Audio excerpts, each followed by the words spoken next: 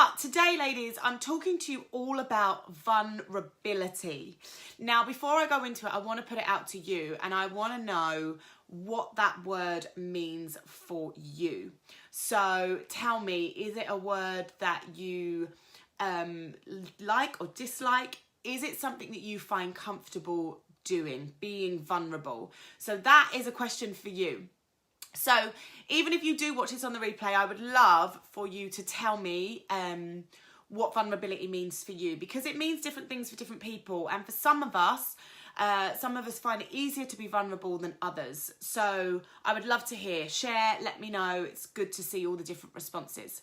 So today I'm just going to talk to you. I'm going to tell you about my experience of vulnerability, what I think about it. I'm going to tell you, about all the fears, what it is that comes up around vulnerability. Talk about what is vulnerability and why it's so powerful for your relationship. So first of all, my experience of vulnerability, I used to look at vulnerability as an awful word, and I totally avoided it. For me, to be vulnerable was to be weak. It was to be a little bit pathetic, submissive. Like, honestly, it just, for me, there was no being vulnerable. I just did not do vulnerability. It was like, I'm not showing my feelings. I'm not relying on anybody. I kind of had this notion that I needed to be hard and do everything on my own and be independent. And for me, being vulnerable was being weak, especially in my relationships. So for me, it was a word and a feeling or whatever that I totally avoided. So if you are that kind of person, then whack a hand up. Let me know if you kind of identify with that. But it was just something that I was not comfortable with being, and I couldn't really bear seeing other people be vulnerable. I looked at it as a weakness, and it was a reflection of all of my own thoughts and my own notion of what vulnerability was. So it really was what I believed it to be, which was that whole kind of weak, submissive, pathetic kind of thing that I just never wanted to be. So I had this whole thing, you mustn't show it, you must be hard. But actually what I realised is, in doing that or in not showing vulnerability, you can actually be really misunderstood. And I was definitely misunderstood in certain relationships, and especially within one of my intimate relationships, because where I was unable to show my vulnerability, I came across as being quite cold or quite not loving. And actually that wasn't true. I'm quite sensitive and very loving, but I just wasn't able to show it because I was too afraid to show the vulnerability. So if you're not able to show vulnerability, you can end up becoming really misunderstood.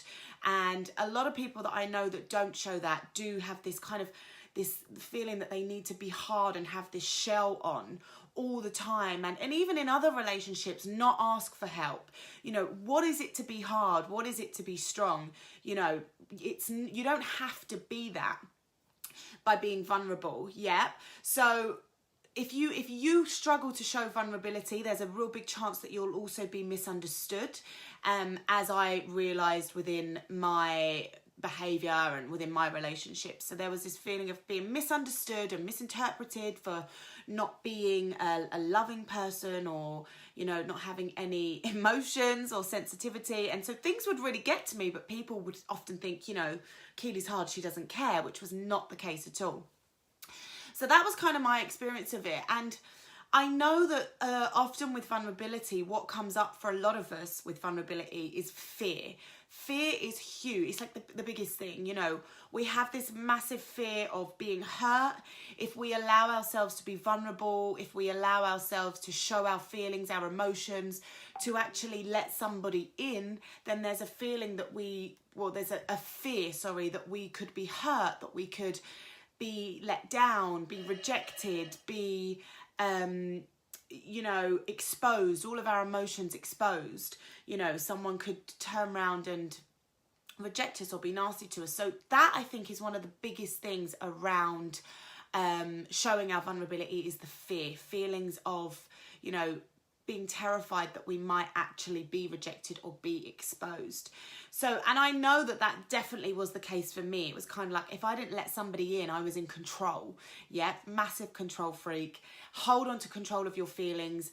Be able to, know that you can deal with anything on your own. You don't have to rely on somebody because then they can't hurt you, they can't expose you. So all of that kind of comes up and stops us from being vulnerable. But what actually is vulnerability? So vulnerability is courage, ladies. It's the courage to push past your fears. I'm not saying that you're not going to be fearful. You are. You're going to feel all of those fears. But it's the courage to be yourself, because really and truly, when you don't allow yourself to be vulnerable, you're not allowing yourself to be yourself. Yes. And, oh, hold on one sec. Sorry, I feel like I've gone really light, really dark. So hopefully I'm not too dark. But when you're not allowing yourself to be vulnerable, as I was saying, you're not allowing yourself to truly be who you are, to be the emotions, be the feelings that you are, to feel it, to show it. You're holding a part of yourself back. And that is never good for anybody, because if you're not being authentically you, you're suppressing who you are. So by not being vulnerable, you're not allowing your full real self to show up. And that in your relationship will have a disconnect. It will hinder you. So it's making the choice to choose love over fear. Yeah, the fear is going to be there undoubtedly, but it's having the courage and making the choice to say, actually, I'm going to choose love over fear. I'm going to let go. I'm going to show up as me. I'm going to be who I am. I'm going to take that risk.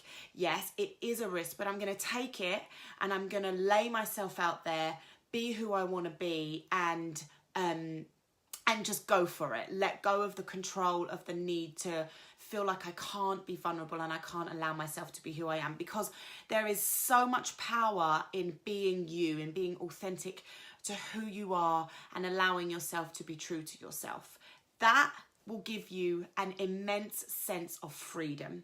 And that's what it gave me when I was able to learn to be vulnerable. Like, honestly, the feeling to being vulnerable, to letting go, to expressing and being who you are, it gives you freedom and it gives you fulfillment massively.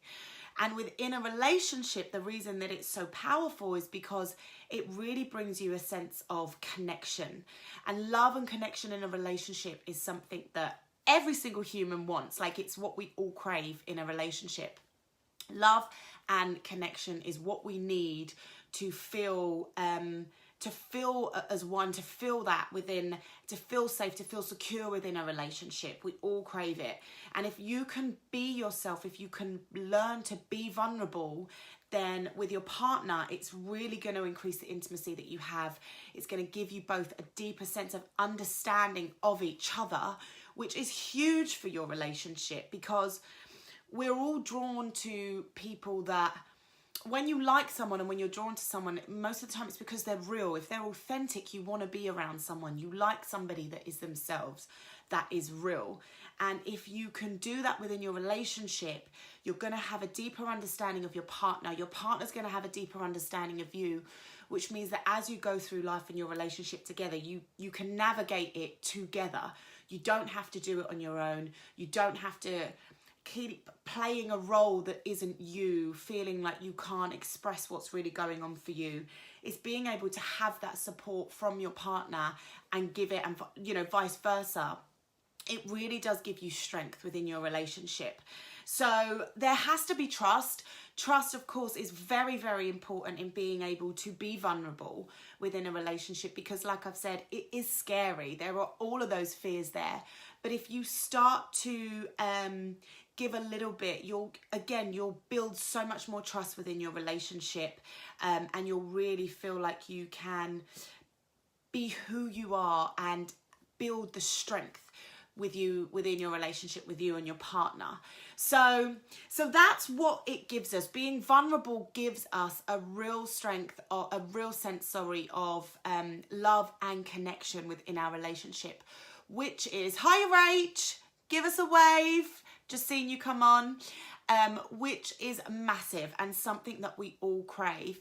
And being understood, ladies, like I said, if you're unable to show your vulnerability, then you can become misunderstood. And we all want to be understood for who we are. We all want to be able to show up as the person that we are, without hiding, without feeling like we can't be who we are. You know, it's the most wonderful feeling when you can just be you and it's fully accepted unconditionally. And the only way you're going to be able to do that is allowing yourself to be vulnerable, for your partner to accept you, to take you, to fully support you, to fully love you, and, you know, to strengthen the relationship that you have.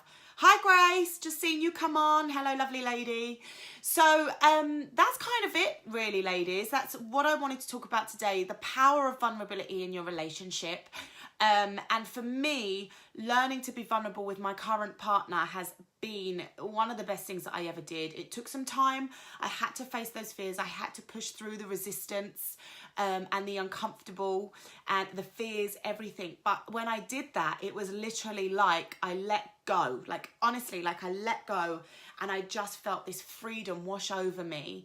And the sense of love, connection and fulfillment has just been massive. And we have such a stronger relationship because of it, because I'm able to say how I feel, say what's going on, have the support and be understood without feeling, when you're misunderstood, it can then kind of put all of your defense mechanisms in place, which we all have our own defense mechanisms.